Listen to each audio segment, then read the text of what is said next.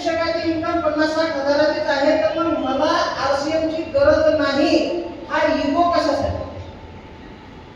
मला जे वाटत होतं की माझं ग्रॅज्युएशन झालेलं आहे, ग्रॅज्युएशन झालेलं असताना माझ्या एवढा ज्ञानी कोणीच नाही, पण त्यावेळेस त्या व्यक्तीला पाहिलं की माझं MA असतानाही त्या व्यक्तीचं माझ्यापेक्षा कमी शिक्षण झालेलं असतानाही पैशाबद्दलचं जे नॉलेज होतं ते माझ्यापेक्षा त्यांच्याजवळ पैशाचं नॉलेज चांगलं होतं.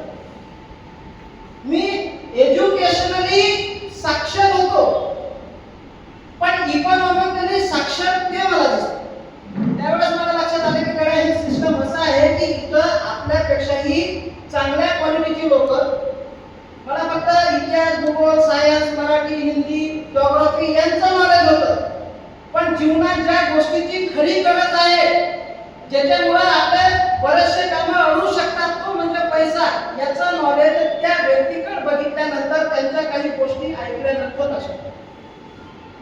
मी पहिल्यांदा त्या माणसाला ऐकवलं, त्या व्यक्तीला ऐकवलं, त्यावेळेस म्हणत होती काय करायचं, या व्यक्तीला जर RCM ची गरज असेल तर माझ्यासारख्या खूप साऱ्या लोकांना RCM ची गरज आहे.